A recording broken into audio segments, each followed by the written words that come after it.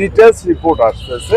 আমি আবারও রিপিট করতেছি, প্রত্যেকটা ইউনিয়নের ওয়ার্ড পর্যায়ে আমাদের অফিসার রয়েছে, যেখানে যারা ক্ষতিগ্রস্ত হয়েছে, যেই ধরনের কৃষকই হোক, হোক সে মৎস্য, হোক সে সবজি চাষ, হোক সে ধান, হ্যাঁ, হোক সে নারিকেল চাষ, সুপারি চাষ, ইভেন পান চাষ, সবাইকে কিন্তু আপনারা জানেন আমরা তাদেরকে কৃষি কার্ডের মধ্যে আমরা ইন করিয়ে ফেলছি, একদম সেপারেট করে।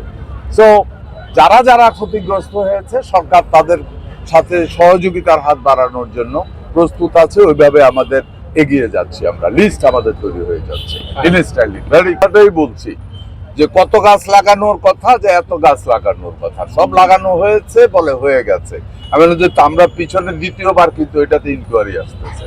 দ্যাট মিনস বহুদিন ধরে একটা অভ্যাস আছে, লুটপাটের যে চরিত্রটা ছিল গত বহু বছর ধরে, ওই চরিত্রটার থেকে বহু লোক বেরোতে পারে না।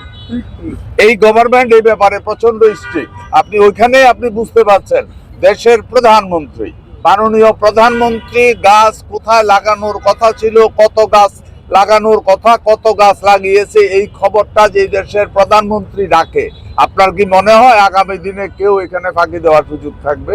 ইনশাল্লাহ কোনো সুযোগ থাকবে না।